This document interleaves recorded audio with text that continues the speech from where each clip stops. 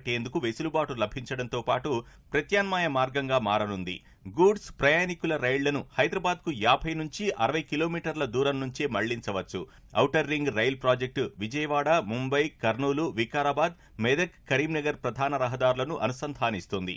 ఆయా జంక్షన్లు లాజిస్టిక్ హబ్గా అభివృద్ధి అయ్యేందుకు అక్కడ కార్గో టెర్మినళ్లు నిర్మించే అవకాశం ఉంటుంది. ఆ ప్రాజెక్టు వల్ల ట్రాక్ సామర్థ్యం పెరిగే అవకాశం ఉంది. ఔటర్ రింగ్ రైలు మార్గంలో ట్రాక్ను 200 కిలోమీటర్ల వేగానికి తట్టుకునేలా నిర్మించవచ్చు. డిపిఆర్కు ఆమోదం లభిస్తే ప్రాజెక్టుకు అవసరమైన భూమి సేకరించడమే అత్యంత కీలకంగా మారుతుంది. ఆ రైలు మార్గం కొన్ని చోట్ల రీజనల్ రింగ్ రోడ్ ఆర్ఆర్ఆర్కి ఆనుకొని మరికొన్ని చోట్ల దూరంగా వచ్చే అవకాశం ఉంది. ప్రస్తుతం ఆర్ఆర్ఆర్కి భూసేకరణ జరుగుతుండగా రైలు మార్గానికి మరోసారి సేకరించాల్సి ఉంటుంది. మొత్తంగా ప్రాజెక్టు నిర్మాణానికి దాదాపు 15,000 కోట్లు ఖర్చయ్యే అవకాశమున్నట్లు అంచనా. కేంద్ర రాష్ట్ర ప్రభుత్వాలు నిధులను సమయానుకూలంగా కేటాయించాల్సి ఉంటుంది.